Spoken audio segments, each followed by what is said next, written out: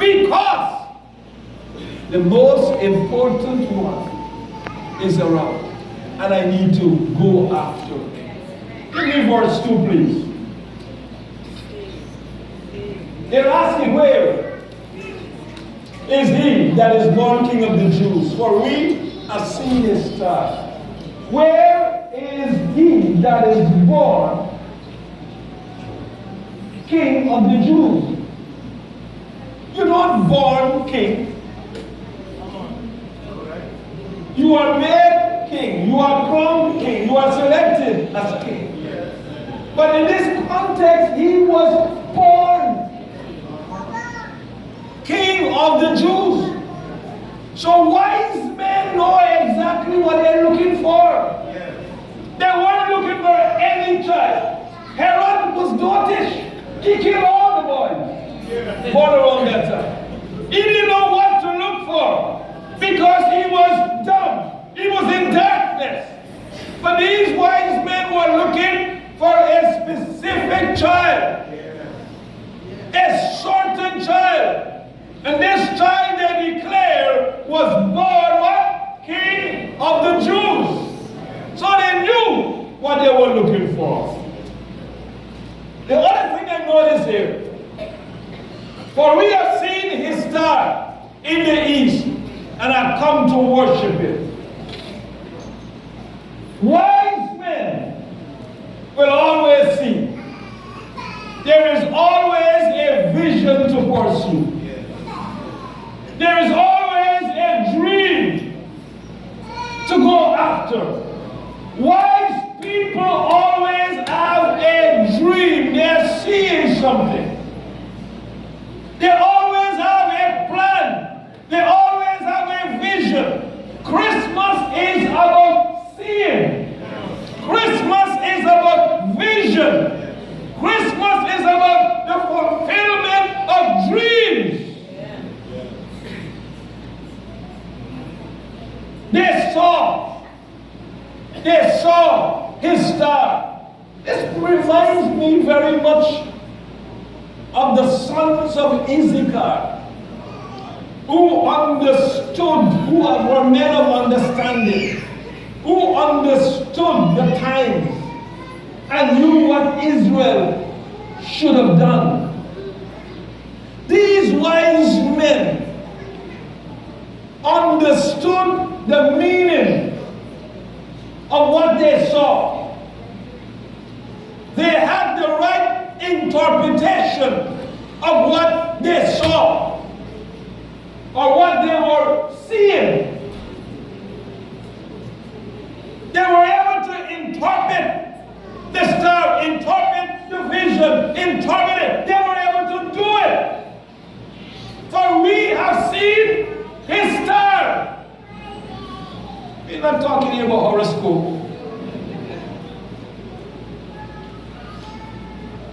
We are talking about a supernatural appearance, a supernatural happening. This was unusual, and this has got to be the fulfillment of what Micah spoke of the prophetic word. So let's follow. Let's see what happens. This is not the usual. This is supernatural. Put your hands together for Jesus. And so they followed. And so they followed. Let me say this to you. Wise men will always follow. There are a few things here. I think it was mentioned yesterday.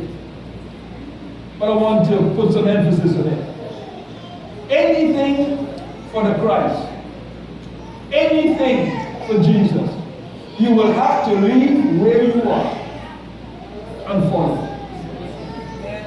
Did you hear that? You'll have to come out of your comfort zone. You will have to come out from the mundane, the ordinary. Are you there with me? You've got to come out of those situations. You've got to decide that you are going to what? Follow. Wise men are good followers.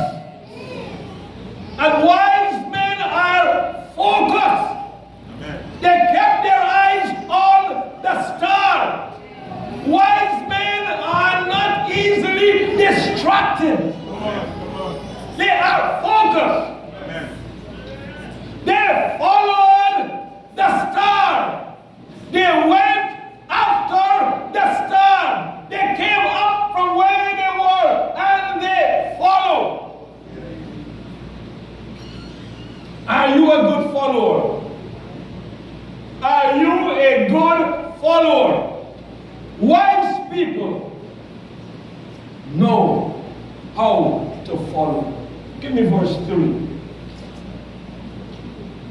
When Herod the king had heard these things, he was troubled, and all Jerusalem with him. And that's always the case of natural kings. They do not reproduce anybody. They only want one person. They love the place of prominence. They love the reign. They love to be seen. They love to be adored. And therefore nobody else around them must be raised up. So when Herod heard this, he was troubled. He was troubled because he did not want competition.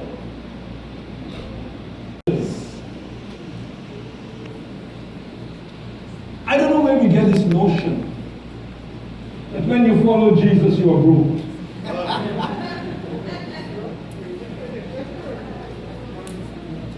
I don't know where we got this notion that following Jesus is for people who don't have anything to do. These were wise men, and these were men with treasures. Can I have an amen, someone? So it's not just one kind of people. Jesus is for everybody, the poor, the rich, and everybody. It's all right to praise the Lord and give God a clap. Yes. It's for everybody. Everybody. But sometimes we major on the minor and we minor on the major. But these men were wise. They were men of understanding. They were men of insight and foresight. And they had treasures when they opened their treasures. They presented unto him. I will not contend with anybody that feels and thinks that there were other stuff apart from this.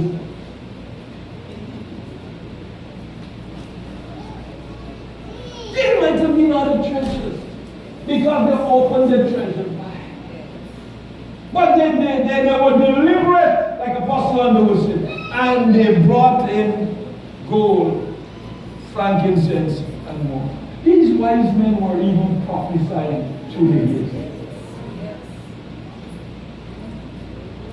By what they give, they were prophesying kingship, priesthood, death. They were prophesying that he's going to be king, he's royal. But this king is going to die. They were prophesying. And it doesn't matter what you and I do, our gifts will speak. Whether you're an evangelist, whether you're a pastor, whether you're an apostle or a prophet, everybody will know accordingly. Because the gifts, when it's connected, when it's in the presence of Jesus, will speak. Can't fool nobody. You can't hide, you can't say this. No. It will speak. Who you are will come out, will manifest, will show forth. It will speak. And so they offered it. They offered these gifts. and being warned of God in a dream. These men were prophetic. These men were not just making decisions and living ordinary lives. These were people who were listening to God. These were not people who were just doing things that were good, but things that were godly. They were warned of God. They were prophetic. They were warned of God. Beware of that man called Herod. Don't bother with those nice talk. Don't bother with those clever speaking. Watch him. And some or the other, these people always come dressed up in royalty. They look good. They talk nice. They show interest. Deception is real. But that's the reason why Christ came, to bring us out and deliver us from every spirit of deception. Put your hands together.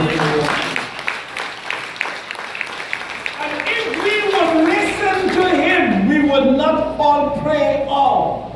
Don't go to Herod. After all, he's a king. He did talk to me. He didn't show an interest in worshiping. Why should he not worship the blood of Jesus against me? No, they were very sensitive. Very sensitive. So Christmas is about the prophetic. Christmas is about the bringing forth of the gifts or the giftings in us to bless the Christ. Come on, talk with me, somebody. Whatever giftings, you see, you are a treasure chest. And once you open up and let those potential come forth and let those giftings come forth, you are going to bless the Christ. Because once you are in his presence, that's what happens. Something begins to flow in you. There is a bubbling over. That's the prophetic. And it comes forth because you are there with Christ. And everything about him is worship. He becomes the center of everything. So don't go back to Herod. Don't go back to the natural. Don't go back to the ordinary. Don't go back to those ordinary plans that you sit down and you make. Don't go back to those normal stuff. Follow the stars. Listen to the dream. Listen to the prophetic voice in this, your Christmas time and season. And they went into their own country. And when they were departed, verse 13 and following, the angel of the Lord appeared to Joseph in a dream, saying, Arise, take the young child and his mother and flee into Egypt. Go into that foreign country. I am going to preserve, to take care of him. I want to stop here. I can go on and on. God will use anything and anybody to preserve his legacy.